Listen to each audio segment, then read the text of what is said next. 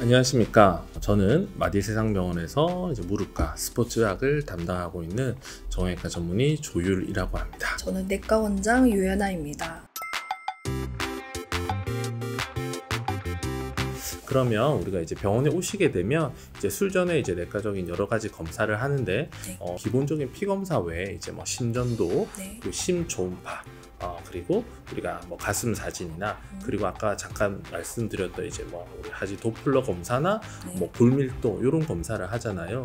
뭐 이런 것들은 이제 인공관절 할 때 왜 자꾸 하느냐 이런 걸 이제 많이 물어보시는데 그걸 왜 검사하는지 짧게 한번 설명해 주시면 좋겠습니다. 사실 그 수술 전에 이제 마취를 하게 될 때 가장 중요하게 생각하는 부분은 결국 폐기능하고 심장 기능인데요. 그래서 폐기능을 확인하기 위해서 저희가 기본 엑스레이를 찍고 그다음에 심장 기능을 확인하기 위해서 심전도를 체크하고, 그리고 이분이 심장이 이제 잘 수축, 그러니까 얼마나 잘 운동을 하고 있느냐를 확인하기 위해서 이제 심장 초음파를 진행하고 있습니다. 그리고 우리가 뭐 심전도에 이상이 있는 경우에 네. 물론 고령이시기 때문에 네. 이제 심장 기능이 있으면 심초음파를 하는 경우가 많지 않습니까? 네네네. 그 심초음파를 보는 이유는 어디에 있을까요? 심초음파를 보는 이유는 가장 중요한 거는 결국 심장에서 이제 얼마나 잘 뿜어내고 있느냐, 이제 사실 펌프 같은 역할을 하는 아이니까요. 이 역할이 다른 분들에 비해서 좀 떨어져 있다. 고령인 경우에는 조금 떨어져 있는 경우가 있을 수 있어서요. 그런 경우에는 들어가는 수액의 양이라든지 혹은 수술 후에 부종이라든지 이런 것들 관리를 위해서 반드시 필요한 검사입니다.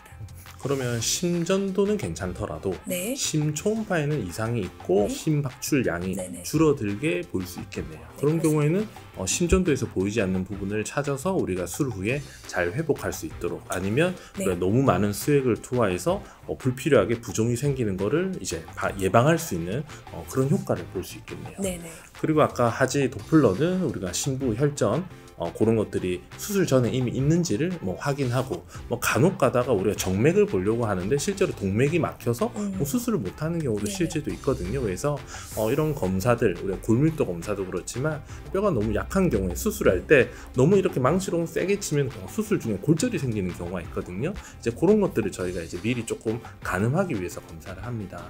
마지막 이제 한 가지 제가 좀 개인적으로 궁금한 게 이제 수혈이라는 게 있잖아요. 예전에는 인공관절하면 수혈을 뭐 거의 루틴하게 했지만 현재 저희 병원에서는 이제 거의 루틴하게 수혈을 하지 않고 있습니다. 근데 수혈이란 게 이제 뭐 피를 공급받는다 굉장히 좋아 보이지만 사실 남의 거를 이렇게 받기 때문에 그분이 아무리 이제 뭐 건강하다 하더라도 이게 여러 가지 우리가 이제 이상 반응들이 생길 수 있기 때문에 수혈을 낮추는 게 사실 의학적으로 굉장히 좋은 방법이지 않습니까? 네. 내과 원장님들은 이제 생과사를 보시던 이제 의사 선생님들이고, 저희는 사실은 정형외과에서는 그런 경우는 많지 않기 때문에 수혈에 대한 어떤 이제 기준 자체가 좀 차이가 많이 나는 것 같아요. 그러니까 원장님들은 뭐 한 5 정도 혈색소 떨어져도 그렇게 겁내지 않는데 저희는 뭐 한 8 정도 떨어져도 굉장히 당황하거든요.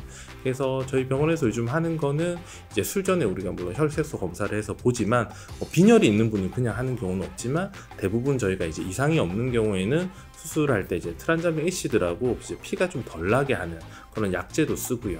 하고 예전에는 수술하고 피통 그거 꽂아서 했는데 그게 사실 한 500cc처럼 확 나옵니다. 그래서 뚝 떨어집니다. 그래서 최대한 피가 나지 않게 이렇게 지혈을 잘 하고 피통을 하지 않는 방법으로 하기 때문에 이제 수혈 많이 줄었고, 그리고 이제 로봇으로 사용하면은 사실은 불필요한 연부 조직을 건드리지 않기 때문에 좀 피가 덜 나는 뭐 그런 것도 있는 것 같습니다.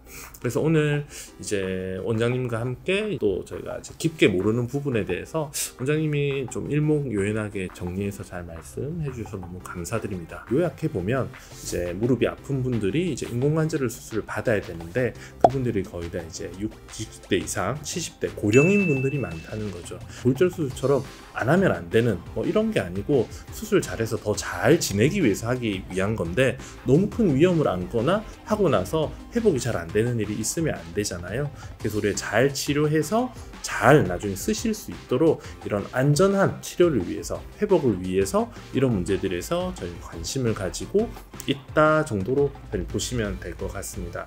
오늘 내용 들으시고 또 의문나는 점 있으면 이제 댓글로 남겨주시면 제가 하거나 아니면 이제 내과 원장님께 여쭤보고 댓글 드리도록 하겠습니다. 그래서 오늘의 내용이 여러분들에게 도움이 되셨으면 좋겠고, 또 저희가 내과적으로 궁금한 또 내용이 있으면 원장님 다음에 또 모셔서 말씀을 한번 들어보도록 하겠습니다. 네, 감사합니다.